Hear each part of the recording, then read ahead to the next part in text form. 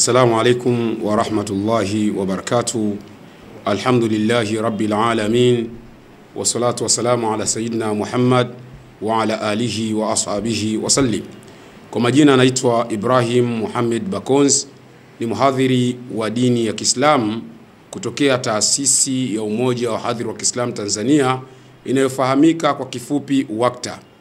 Ndugu katika imani, tuko hapa kwa lengo la kuhabarisha taarifa muhimu sana, taarifa ambayo imeamrishwa na Allah subhanahu wa ta'ala kulitekeleza hilo. Mwenyezi Mungu subhanahu wa ta'ala ametutaka sisi kama waumini wa dini ya Kiislamu kujadiliana na wale wasiokuwa Waislamu, hususan ahlul kitab. Kisema watu wa kitabu, na maanisha Mayahudi, na maanisha Manaswara au Wakristo katika lugha iliyozoeleka. Hawa ni amri ya Allah subhanahu wa ta'ala kujadiliana nao. Maana yake hili kwetu sisi kujadiliana nao ni jambo la faradhi, na ikitokea katika umma wa Kiislamu kama kutakuwa hakuna watu ambao wanajadiliana nao hawa Manaswara au Mayahudi, basi maana yake sisi sote Waislamu wote tutaulizwa mbele ya Mwenyezi Mungu subhanahu wa ta'ala. Ili Waislamu wengine wasiwi na hiyo dhima, ni lazima liwepo kundi ambalo litaifanya kazi hiyo ya kujadiliana na watu hawa.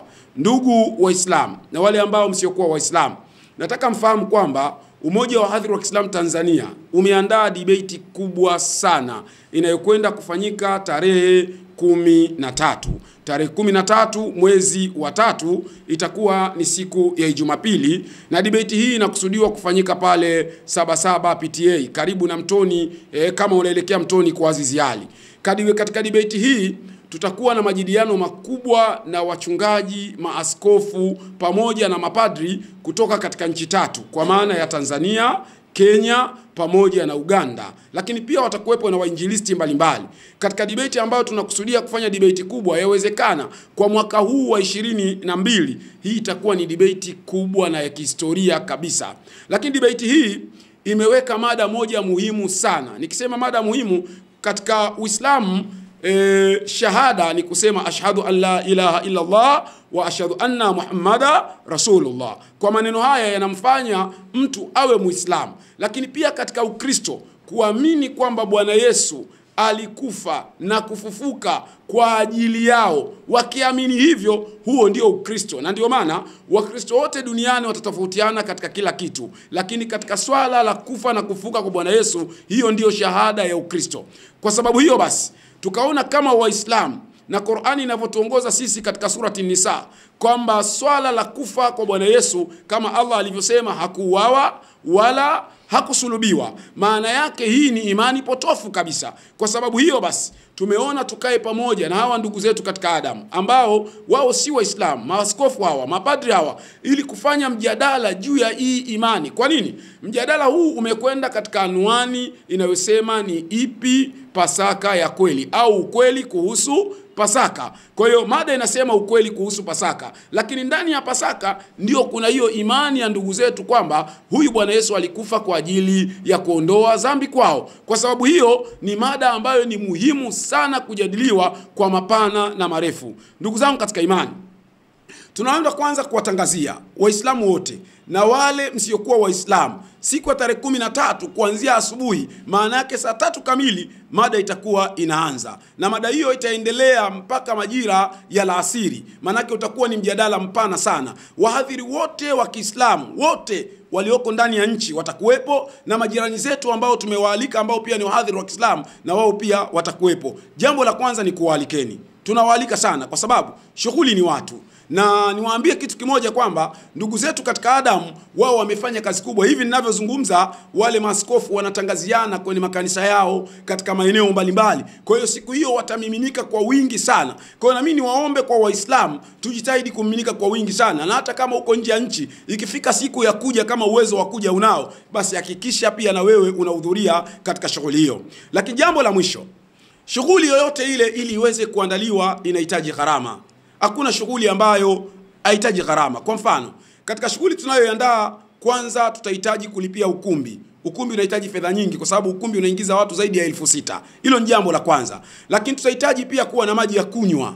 Lakini tatu, kuna wageni kama tulivyosema tumewaalika kutoka nje. Lakini pia tutahitaji kuwa na mabango, kwa maana ya posters zitakazoandikwa mjini. Tutahitaji kuwa na magari yatakayofanya matangazo. Tutahitaji kuwa na vipeperushi ambavyo vitamwaga katika mji mzima. Kwa hiyo ukiangalia gharama ni kubwa sana ya kuliendea hili jambo. Na sisi kama wahadhiri wa Kiislamu hatuna fedha. Wadhamini wetu ni kina nani? Wadhamini wa hii kazi ya Mwenyezi Mungu Subhanahu wa Ta'ala ni wewe Muislamu ambaye unanisikiliza, uwe ndani ya nchi au uko nje ya nchi. Tambua kwamba wewe ndio mdhamini wa kutangaza kalima tukufu ya la ilaha illa Allah Muhammadur Rasulullah. Na katika hili naomba nikwambie ndugu yangu katika imani kwamba unapotangaza kalima tukufu ya Allah, siku hiyo ikatokea watu wakasilimu, basi wewe utakuwa ni mtu wa mwanzo kuangaliwa ujira wako kabla pengine hata ya sisi tunaofikisha ujumbe. Kwa sababu gani? Kama wewe usingetuwezesha, shughuli hiyo isingeweza kufanyika. Kwa hiyo na wewe utahesabiwa ni miongoni mwa watu ambao wametangaza dini ya Allah Subhanahu wa Ta'ala. Utahesabiwa ni miongoni mwa watu ambao wamesilimisha watu. Ndugu yangu katika imani, popote ulipo, ndani ya Tanzania, nje ya Tanzania, gharama nzima ya shughuli yetu inahitaji milioni 15. Milioni 15 tunaweza tukasema ni pesa nyingi, lakini sio pesa nyingi katika jambo la ibada. Kama mtu anaweza kufanya ibada ya hija kwa sababu ni faradhi, anaweza kutumia hata zaidi ya milioni 10, 15 mtu mmoja. Sasa hizi ibada, unapofanya jambo la ibada lolote, hata ingekuwa milioni 500, lakini kwa kuwa ni jambo la ibada haiwezi kulinganishwa na swala la fedha. Kwa hiyo milioni 15 ni pesa kidogo. Wako watu wanaandaa shughuli hizi, harusi tu peke yake wanatumia milioni 40, milioni 50. Na wako Waislamu ambao Mwenyezi Mungu Subhanahu wa Ta'ala amekujalieni uwezo wa kipato. Ndugu yangu, kama una uwezo wewe mwenyewe, hebu chukua fursa, tupigie simu, tuambie, tudhamini wewe, sema mimi katika shughuli hii ninaichukua yote na idhamini mimi. Au una uwezo wa kutoa hata nusu ya fedha tunazozihitaji, dhamini wewe. Una uwezo wa kutoa robo ya fedha tunazozihitaji, dhamini wewe. Unaweza kutoa theluthi ya fedha tunazozihitaji, dhamini wewe. Siku zimebaki chache sana. Mpaka hivi leo ninazungumza, maana yake leo ni takriban tarehe 9. Maana yake kutoka hapa mpaka siku tunakwenda kwenye shughuli tuna siku 10 na kidogo. Maana yake tuko nje kabisa ya muda.